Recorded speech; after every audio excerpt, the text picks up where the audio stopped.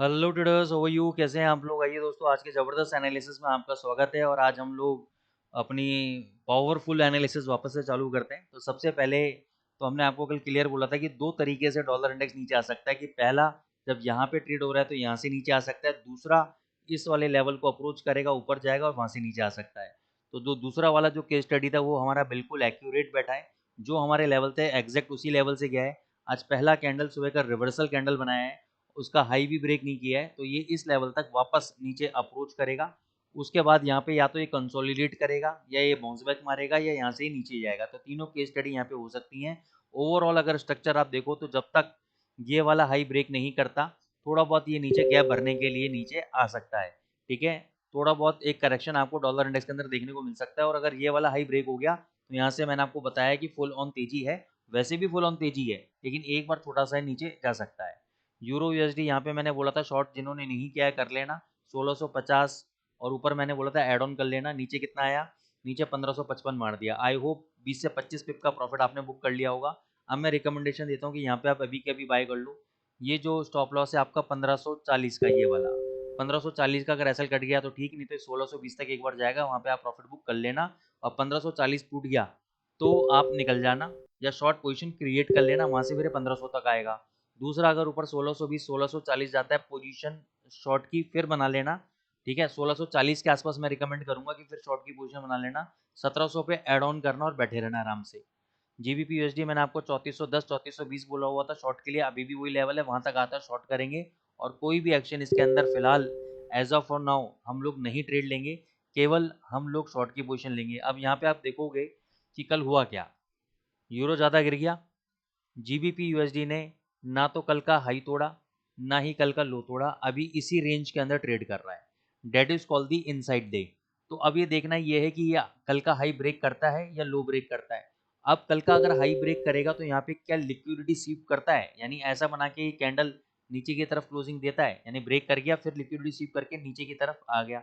और same action हमें यहाँ पे देखना पड़ेगा, क्योंकि रेंज में चल गया ना, यहाँ पे स्मार्ट मनी कॉन्सेप्ट काम करेगा। क्योंकि smart money concept maximum 70% of time sideways जब मार्केट होता है ना, वहाँ पे लिक्विडिटी स्वीप का कॉन्सेप्ट बहुत अच्छा काम करता है।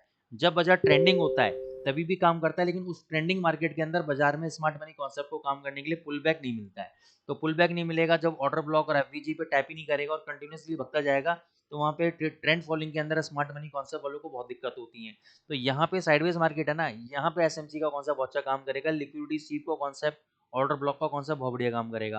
तो यहाँ पे आपको नजर रखनी है। अगर आप करना है कि पहले तो इसका लो तोड़ देता है, इसका लो तोड़ने के बाद अगर वापस इसी लो के ऊपर अगर आके बंद हो रहा है तो बाई ट्रेड, वैसे ही इसका हाई ब्रेक करता है और नीचे बंद हो रहा है तो शॉर्ट ट्रेड। इस तरीके से आप प्लान आउट कर सकते हो इंट्राडे के लिए। पोजीशन के लिए 3410 3420 मैंने आपको बता दिया। यूएसडी जीपीवाई क्लियर बोला था कि इस जोन तक आएगा शॉर्ट करना। 152 40 52 50 का लेवल दिया था। कितना ही लगाया सुबह? 5261 का। शॉर्ट पोजीशन चल रही है। हमने सुबह सुबह आज अपने ट्रेडर्स को अपने वीआईपी चैनल पे 152.02 पे शॉर्ट कराया है। अच्छा खासा है, वहाँ से 13-14 पिप मिल रहे हैं और नीचे तक के टारगेट दे रखे हैं, और ऊपर जाएगा तो और एड ऑन करेंगे पोजीशन को अपनी हम लोग। ठीक है, यही हमारा शॉर्ट कैंडिडेट है। यूएसडी कैड हमारा ब्रेकआउट कैंडिडेट है।